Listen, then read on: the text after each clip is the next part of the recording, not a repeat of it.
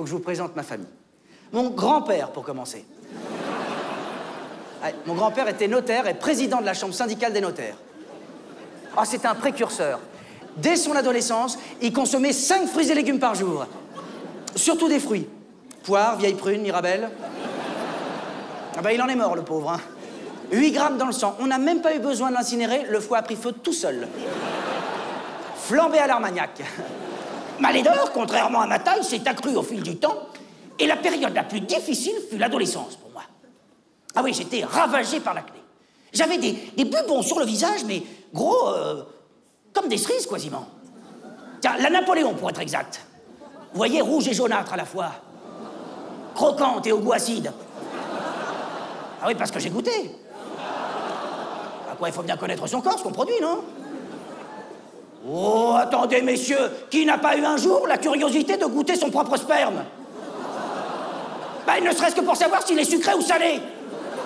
Oui, ben c'est tout de même mieux de pouvoir dire à sa partenaire s'il ira mieux sur une gaufre ou sur des endives. De toute façon, aujourd'hui, pour peu qu'on soit blonde, on passe pour une traînée.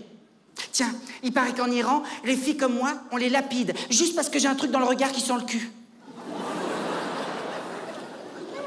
Mais j'ai beau me rincer les yeux à l'eau claire, ça part pas cette odeur. Mon père était hongrois, faut que je vous parle de lui aussi, oui. Mon père était hongrois, et alors il s'appelait Pal. Vous savez, comme le père de notre ex-président, Pal Sarkozy. Le peintre, là. Alors mon père, rien à voir, non. Mon père exerçait la profession de vigile dans un parking de supermarché. Ah, quand je vous dis que j'étais prédestiné, mais je ne l'ai pas connu, non, parce qu'il est mort jeune, le pauvre. Oh, une mort de vigile, mangé la nuit par son propre berger allemand.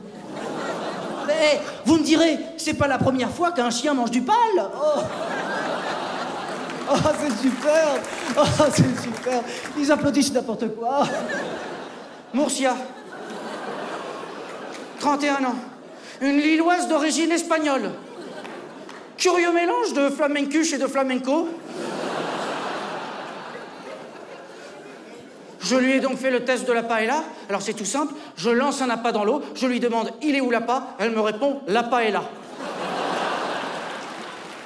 Et puis le lendemain matin, je me suis réveillé dans la chambre du Ritz. Et je me suis dit, tu peux pas laisser le grand capital exploiter ces pauvres pitchounes. Alors j'ai racheté l'usine et je leur ai fait le plus beau cadeau qu'un enfant puisse se rêver. Des jouets. 10 000 jouets à produire chaque semaine. C'est l'objectif que je leur ai fixé. Et tu vois, moi, dans cette usine, je mets l'humain au cœur de tout. Il n'y a pas de machine pour pendre ou de robot pour fondre les plastiques brûlants. Tout est fait main.